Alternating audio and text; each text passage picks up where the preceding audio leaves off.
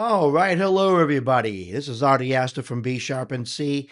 I am going to do a song by Chris Isaak that I believe is a complete and total sleeper. This is a song, Chris Isaak has a lot of hits. He's got a lot of hits. Wicked Game, of course, Blue Hotel. He's got some hits. This is a song that has no mention in Wikipedia, right?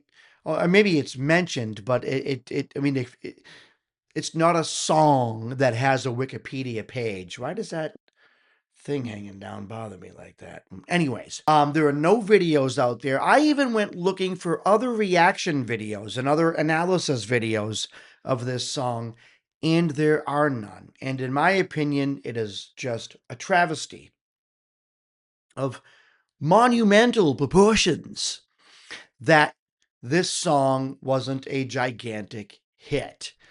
What song am I talking about? Like, Artie, what's the dealio here? It's the song called I almost said My Heart Will Go On. Life will go on.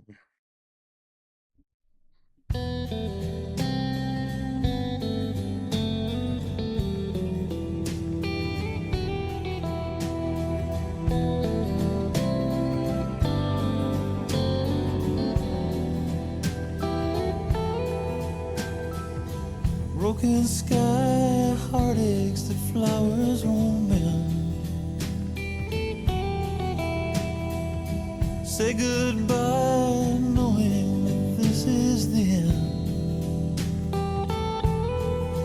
Tender dream, shadows fall, love too sweet to recall. Dry your eyes, face the dawn. Life will go on, life will go on. All right. Lately, I've been doing this thing where I stop it after the first verse and chorus. Okay. It's a 3 minute and 7 second long song, and it's been playing for 53 seconds. So you break it down. Yeah. You break it down. It's verse, chorus, bridge, chorus. Right? That's you 50 seconds in, 3 minute and 7 second song. That's pretty much the construct you can expect from all of that I just mentioned. However, I just love it. I love it. I took some notes because my memory is like that of a dying chipmunk.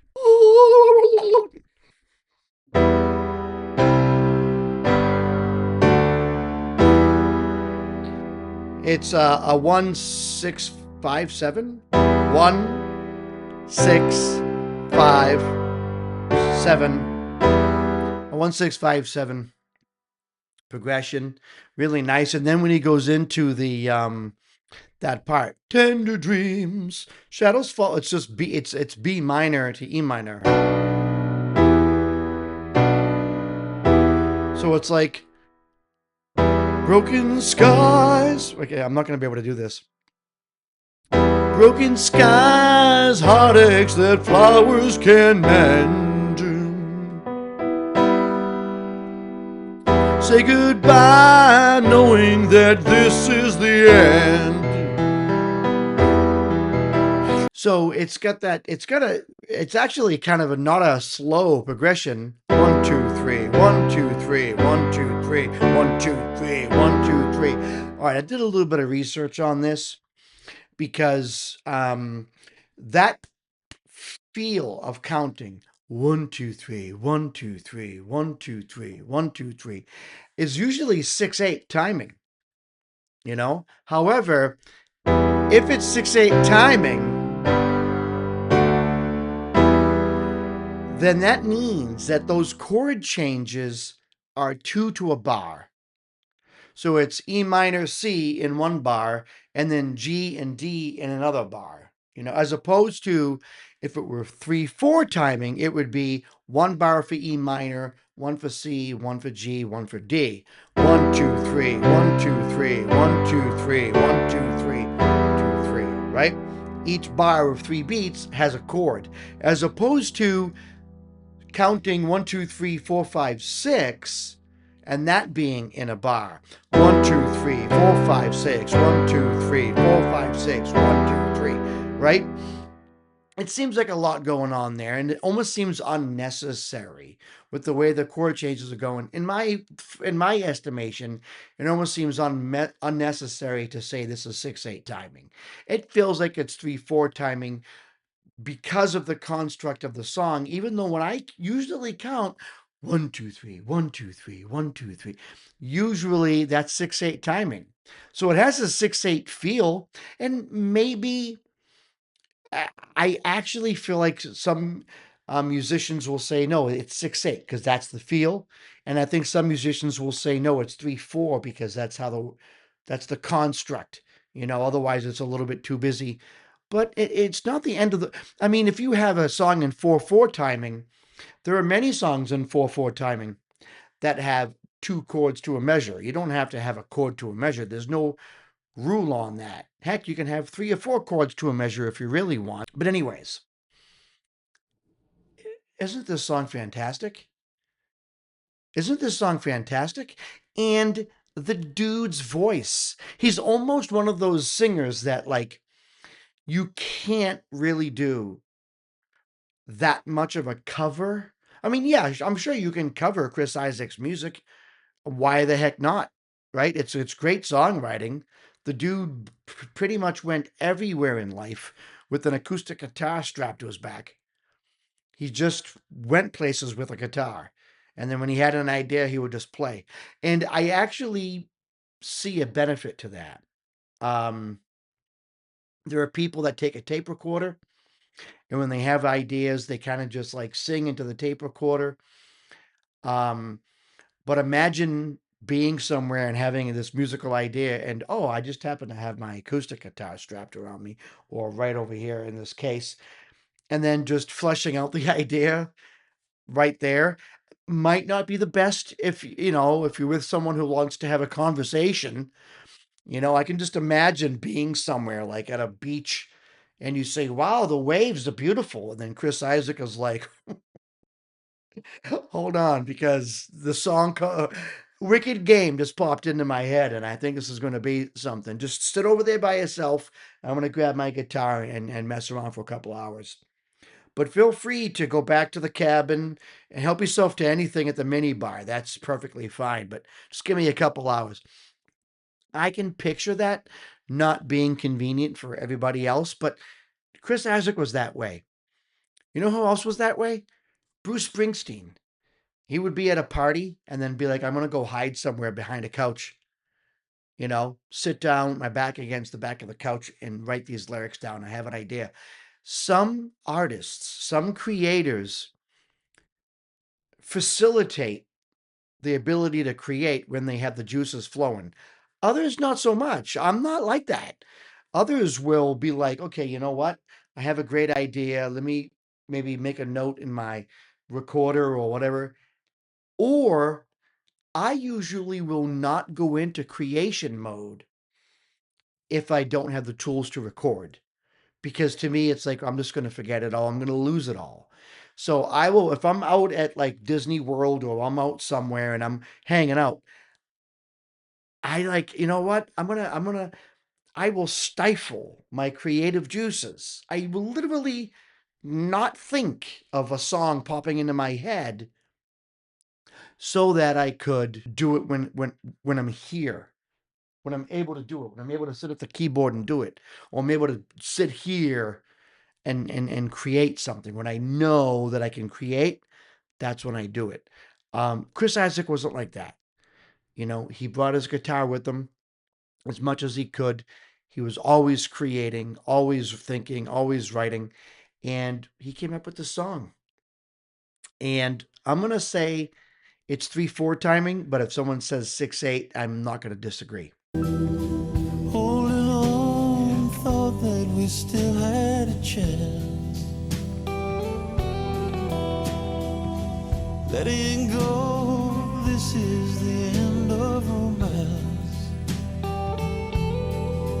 Broken heart, way, make it through just this day. Face the world on your own. Life will go on, life will go on. All right. We're now at 1:30. So we've had the intro to the song, verse, chorus, verse, chorus. What do we have now? There'll be blue skies, there'll be true love. Someday I'll hold you again. There'll be blue skies in a better world, darling.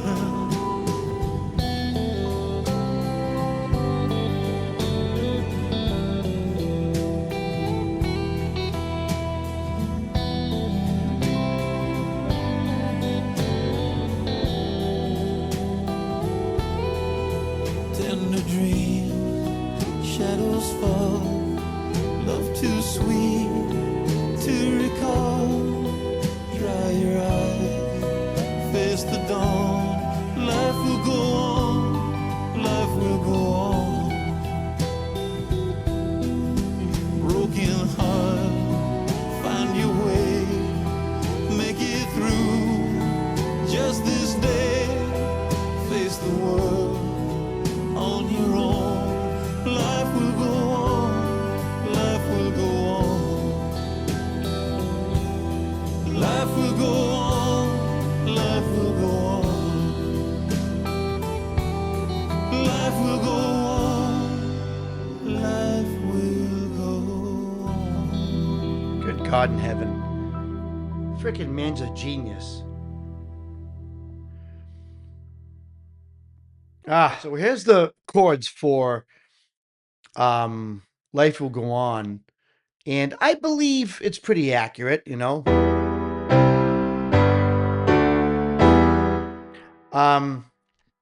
But look at this. Okay, ready? The verse is right here, right? These are the verses. And then you have the chorus, right? Tender dreams, shadows fall, love too sweet to recall. And then he says, dry your eyes, face the dawn, life will go on, life will go on. But then you have the second verse here after the chorus, and then broken hearts, find your way, make it through just this day, face the world on your own, right? So you have the verses, and then in the first chorus and the second chorus, and the lyrics are different between the first and second chorus. Then you have the bridge, right? There'll be blue skies, there'll be true love. But then, after he goes through that riff again, then he does the first chorus lyrically right here, and then does the second chorus lyrically right here, and then trails off with Life Will Go On. And all intertwined throughout that song is this, which is the hook.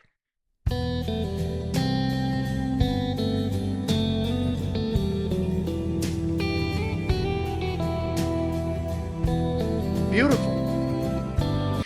And lyrically speaking, if we go back to the bridge, the song, let me go to the bridge, it's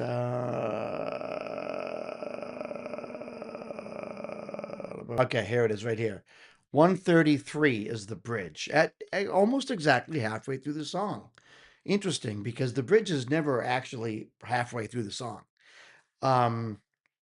Here's the bridge, and if you notice, it's in more of a major key feel. It's more in an enlightened feel, a hopeful feel, right?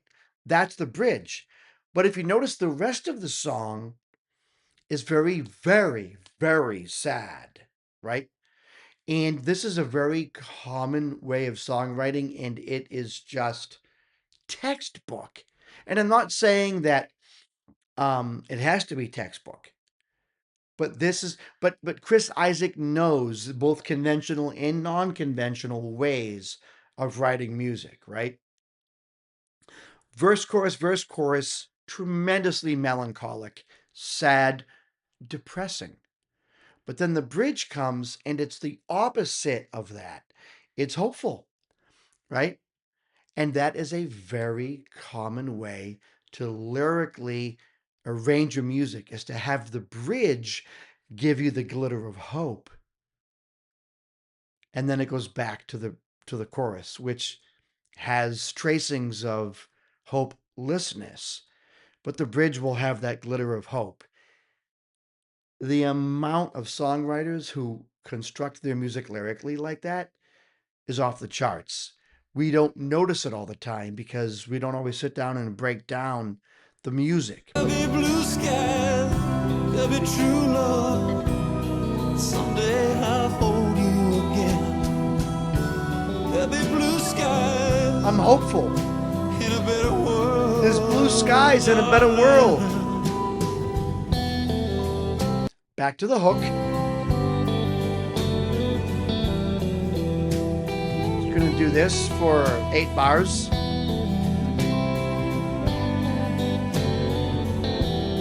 More than 8, like 12. Ready? Tender dream, shadows fall. And this is where he does the first chorus lyrically and then the second chorus lyrically.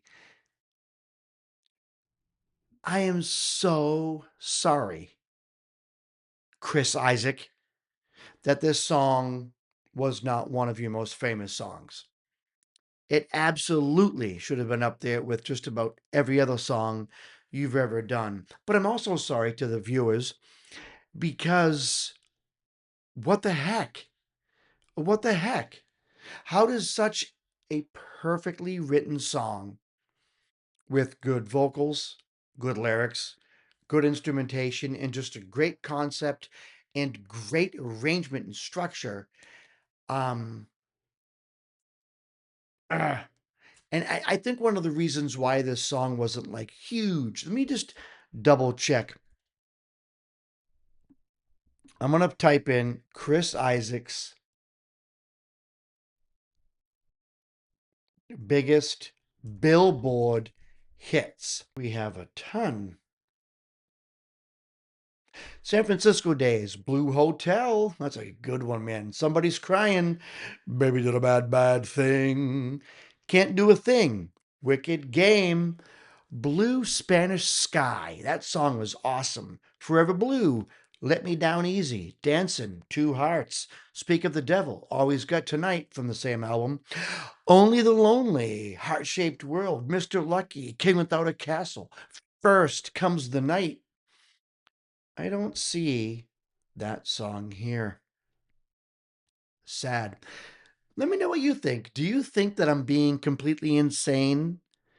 Like, am I like misunderstand? I don't know. Am I wrong?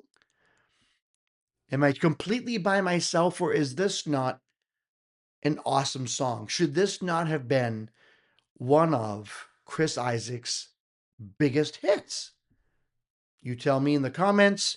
This is Artie Astor from B Sharp and C saying, keep it groovy.